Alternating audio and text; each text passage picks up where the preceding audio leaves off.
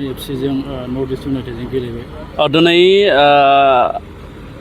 Asia हादोरमानि बयनिख्रुइबो गोजामसिन जिथु मोनसे टुर्नामेन्ट जायखौ जों दुरान्ड काप होननानै बुङो 134 दुरान्ड काप बियो क'क्राझार इभेन्टआ दिनै जोब्बाय आरो दिनै बे टुर्नामेन्टनिनो क्वार्टार फाइनाला जादोंमोन आरो बेवहाय नर्थ इस्ट इउनाइटेड एफसि आरो बड'लेण्ड एफसि मोननै हान्जाया बाहागो लाबाय बड'लेण्ड एफसिखौ गल 4 फेजेननानै नर्थ इस्ट इउनाइटेड एफसिया बिथांमोना सेमि फाइनालाव सहैनो हाबाय मोन्नैबो टीमा जोबोद मोजाङै गेलेदों आरो प्राय 20,000 सुबुङा गेलेनायखौ नायगिरि बिथांमोना दिनैनि बे फोथाराव नायनानै बिथांमोना गोजोननाय लादों आरो गेलेगिरि बिथांमोनखौ साबायखर जासिदों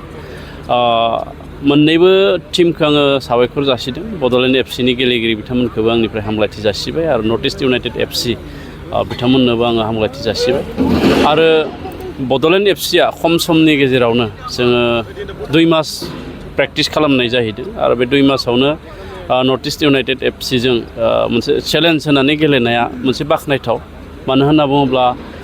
नर्थ इस्ट इउनाइटेड एफसिया थांनाय बोसोरनि दुरान्ड कापनि चेम्पियन टीम बिथांमोनजों चेलेन्ज होनाया गोदोर बाथ्रा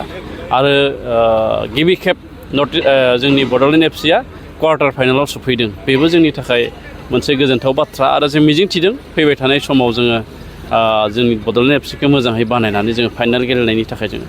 थांखि लादों दुरान्ड कापनि गेजेरजों रायजोफोरनि गेजेराव माबायदि गोहोम गोग्लैदों दुरान्ड कापनि गेजेरजों जोंनि रायजोफोरनि गेजेराव गेलेनायनि मोनसे जांख्रिखांनाय आरो जोंनि गेलेगिरि बिथांमोनखौ थुलुंगा होनाय बियो रोखायै बेरखांदों लोगोसे जोंनि गेजेराव खौसेथि बियो बेरखांदों आरो बड'लेण्ड ओनसोलखौ मुलुगाव सिनायथि होनायनि मोनसे राहा लामा बियो जादों गोबां रोजा रोजा सुबुंफोर बेहाय नायनो फैयो जेराव स्टेडियामानो जायगा थोआ बेनि सायाव मा फोरमायगोन नंगौ जोंनि नैबे साइजनिसो बियो स्टेडियाम आरो बे साइजनि स्टेडियामाव जिहेतु जोंहा 400 मिटार एथलेटिक्सआबो दंफायो दा बेवहाय बे स्टेडियामखौ बांद्राय गिदिर खालामनो हाया थेवब्लाबो 15,000निबो बांसिन बेहाय मानसिया जिरायनानै नायनो हायो जों इयुनफोराव जिहेतु जोंहा आसामनि गिबि मन्त्रि डक्टर हिमन्त बिश्व शर्मा बिथाङा मोनसे मोजां थाखोनि स्टेडियाम लुनायनि थाखाय जोंनो फोसावनानै गालांदों आरो बे स्टेडियामा जायोब्ला निस्सय जों जोंनि रायजो राजाफोरखौ गेलेग्रा फोथाराव हाबनानै नायहोजोबनायनि